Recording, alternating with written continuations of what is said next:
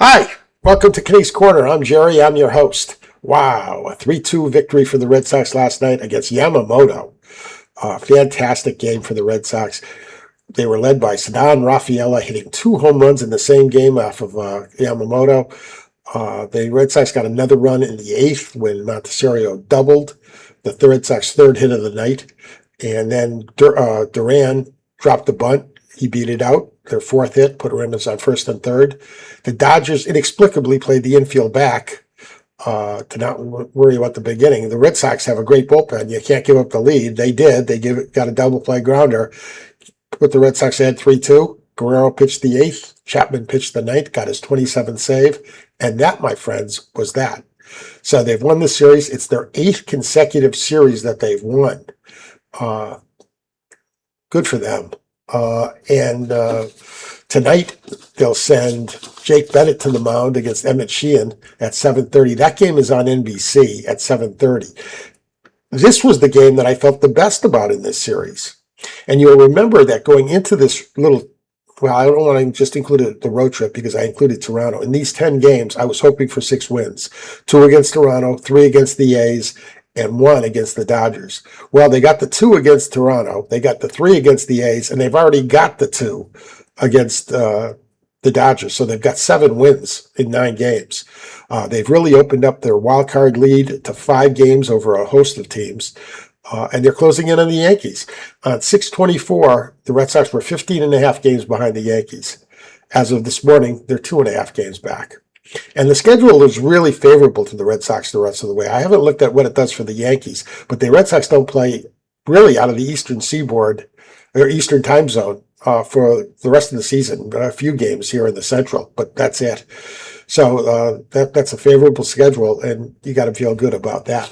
Yesterday, those teams that the Red Sox are in competition with went 4-5. And it was wins by Toronto, Tampa, Seattle, the Twins, Detroit. And I really shouldn't even count Detroit anymore. They really packed their season in with an awful trade with the Dodgers for Tarek Skubal. I'll talk about that in 1 sec. And the losers yesterday were the Twins, the Yanks, the Cleveland Guardians, Texas, and Baltimore. Detroit sent Tarek Skubal, the best pitcher in baseball, to the Dodgers yesterday in a trade for 3 minor leaguers. One of the minor leaguers is a Class A kid that his record in the minors is 0-10. Another guy was a guy that hasn't pitched in the major leagues in 2 years, and he was 1-0. And then the third guy is an actual prospect. He's an outfielder. He's got 23 home runs in Double-A with a .293 batting average. To me, that's a very modest return for the Tigers. I can't believe that they couldn't have gotten more from Tampa Bay or Milwaukee or the Red Sox or the Yankees, quite frankly. I'm surprised. So, but that's what they took, and that's what they got. So we'll see. As I said, the Red Sox do have a 5-game lead over their wild card competitors with, I think, 50 games to go. And here's the beautiful part about that. The schedule is very favorable to them the rest of the way. They don't play away from the Eastern time zone, but a few games in the Central. That's important. And they seem to be in pretty good shape. So we're happy about that. We're happy with the way they're playing. We'll see if Contreras is back in the lineup tonight. He missed last night after being hit in the head on Friday night. That makes the Red Sox 6-0 during this stretch in games that Contreras didn't play.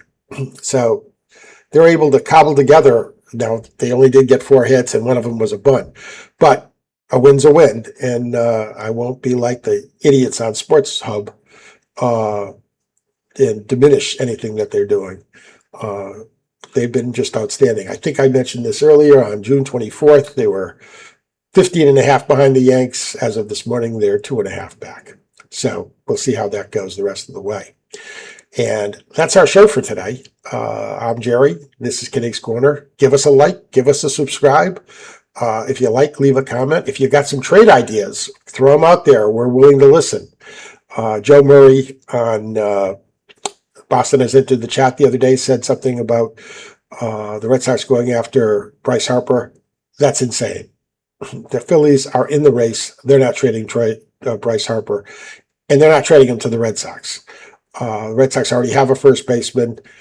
They're not going to pay that kind of money for a DH. So not going to happen. The Red Sox need help in left field. Maybe they'll get it with Anthony. Maybe they won't. They need help in shortstop and second. Maybe our players that are hurt can come back. I don't know. And they could use help catching. So we'll see. I do not want to trade Franklin Arias, by the way. He hit another home run down in AAA. He's a real star on the make. So we'll see what they do. They'd have to get a lot to give up on Arias. It's the first name that people are going to be asking for, no question about that. But well, it's giving me trouble. But we'll see how it goes. So that's our show for today, and I'll talk to you soon. Go Red Sox.